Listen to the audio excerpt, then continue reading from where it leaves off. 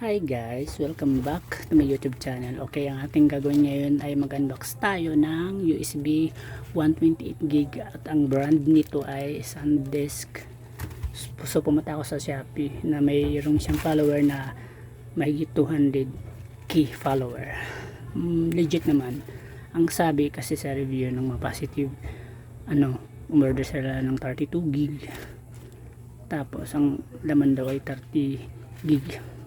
Mukhang legit naman kasi sa mga original meron siyang space talaga na natitira para siguro sa picture, audio, hindi siya mabubo yung totally na 32GB. Tapos yung yung iba yung comment nila ay order sila ng 128GB tapos ang laman daw nun ay nasa nasa 124GB.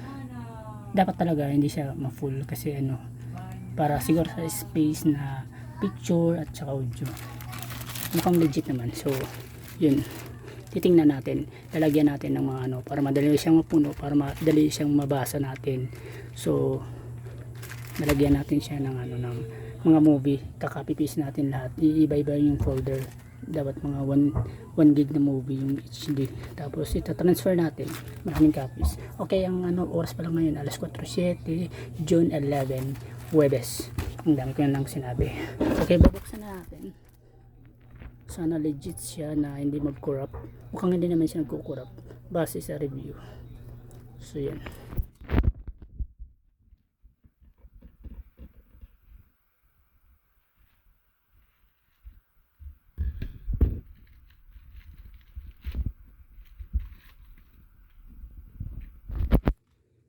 pinatong ko na siya sa magkabilang hita ko.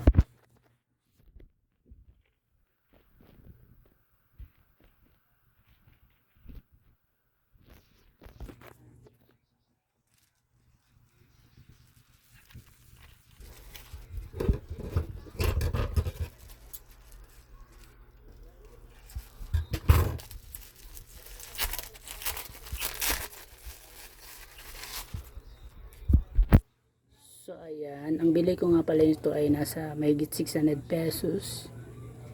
Ito yung kanyang QR code. So ayan yung kanyang specs details niya. So ayan siya guys.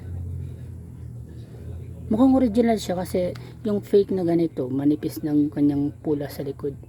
Nag-research ako sa YouTube yung USB fake versus original. Yung iba mayroon siyang brand, tapos sabi raw yung fake manipis ng dito, tapos yung original meron daw siyang seal dito na yung research ko nung nakita ko sa YouTube video, yung nagba-vlog ng USB na pareho lang na brand, SanDisk ata yun, yung iba nagba-vlog, pero yung nakita ko hindi pala USB, pala yun, micro SD card, yung brand SanDisk. Sabi niya doon, kinumpara niya sa original at fake. Yung fake daw medyo light yung kulay, sabihin natin gray, tapos dark naman yung kulay yung yung original, kumbaga mas matingkad yung original. Tapos yung imprinter raw man yan, may USB or micro, meron daw siyang sealed. Ito yung yung kanyang packaging para hindi siya magpasukan ng waste. And then yung emboss niya dito, ewan ko kung original, mukhang original siya guys sa palagay ko, kasi base sa nabasa ko na mga comment. Yan siyang 2.0 flash drive. Actually ang bintahan nito sa Shopee ay 600 sobra, pero sa iba overprice, umabot ng 1,100 to 1,300 yung 120GB. Ito nasa 700 pesos lang. Sandali lang guys, pasensya na kung nabitin kayo sa pagbukas ko. Nakita nyo naman yung itsura ng USB. Sinasalaysay ko pa yung details yan para makita ninyo yung yung itsura kung original ba siya. Ayan yung kanyang print ng kanyang ano, ng kanyang text.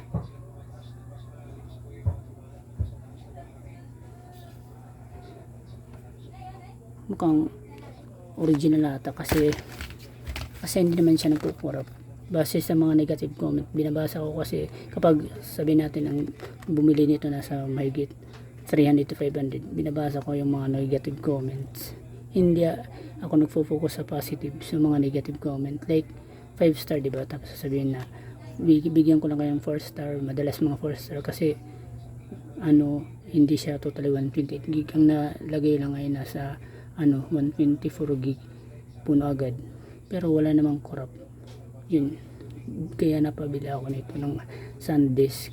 Dalawa yata yung kanyang official store sa Shopee. Hindi ko to pinopromote, wala lang, gusto ko lang i-share yung experience ko na okay naman yung kanilang rating, yung comment. Tingnan nyo guys, wala naman siyang pagkakamali sa letra. Made in Philippines ata to eh. Focus, ano ba yan, ganito, lagyan natin siya dyan.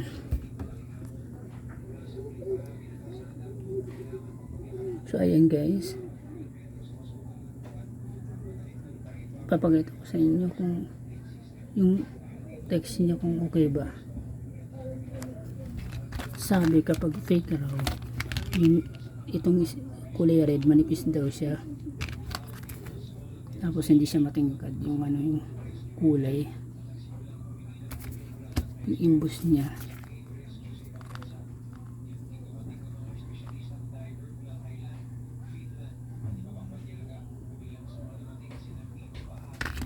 Tingnan nyo guys, ewan ko kung original to or class A lang na okay naman yung quality, kasi yung follower nito si Shopee, siya may 200k. Marami namang positive feedback, konti lang yung negative feedback. Wala naman ako nabasa na feedback na nagkukurap siya. Buksan na natin siya guys. Tingnan natin muna dito yung gilid-gilid niya. Ano sa tingin niyo guys, original ba? Hindi ko kasi ma-focus eh. Nano ko ito lahat, ang binti, ang ingay na ganun ko siya. Original ba to guys? Mayroon siyang imbus.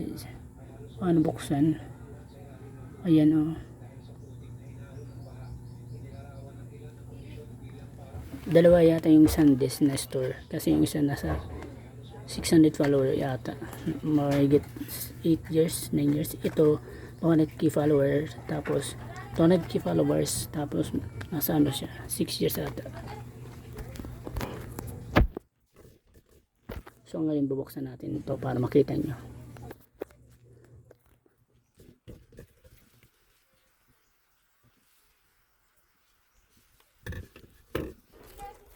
Yan, hindi na ako bumili ng ng dalawa nito kasi baka paano kung mag-corrupt, diba? At saka hindi na lang ako bumili ng 256 gig na nasa 1,400 ata doon sa store mismo na pinagbilan ko, kasi baka mag-corrupt, sayang yung pera. So try lang muna natin ito. Tsaka hindi ko naman gagamitin agad-agad or paminsan-minsan ko lang gagamitin to eh. Yung purpose ko nito kaya ako bumili kasi gusto ko mag-save ng files ng mga karaoke songs, ganyan, mga karaoke lang, mga MP4, mga nasa 720 resolution hanggang 480, less na yung 360 resolution, yung kanyang megapixel or basta yung kanyang resolution.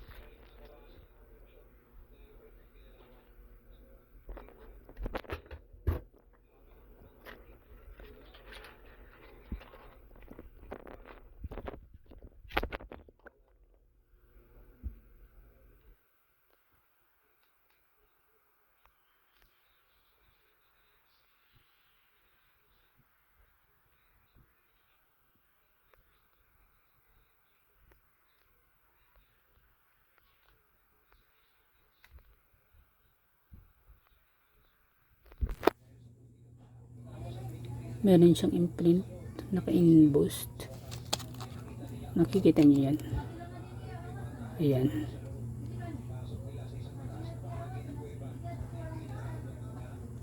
So ayan. Meron naman siyang plastic ata dito eh. Ito yung kanyang itsura guys. Made in Malaysia daw. Made in Malays. Made in Malaysia. Titesting natin ito mamaya. Mukhang mayroon siyang nakasealed na manipis na parang acetate o plastic.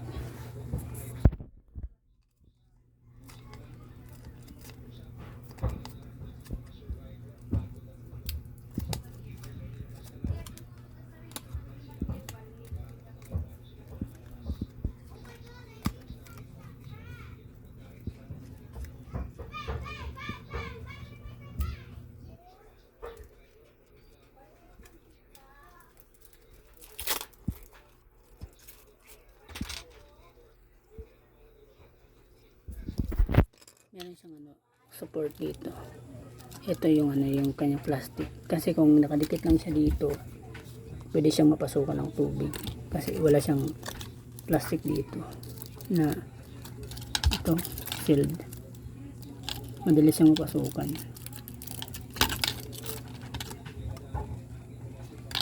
Ito yung itsura niya. Red, magaan lang siya.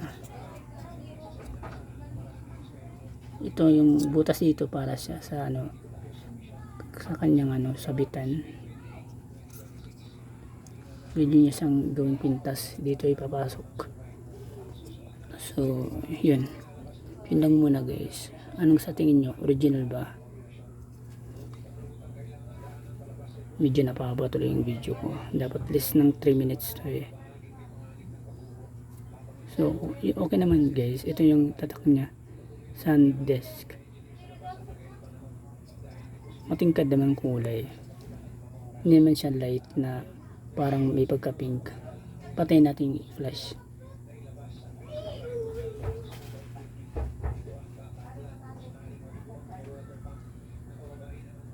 So ayan.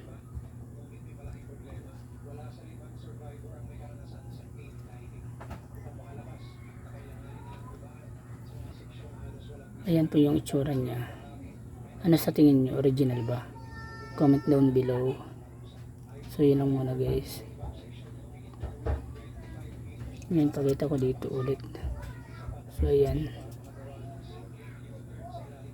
Mukhang wala naman siyang kalawang. Medyo napapatuloy yung video ko. Dapat less to ng 4 minutes may get. Yun lang. Thanks for watching. Tetesting ko lang muna to guys. Bye.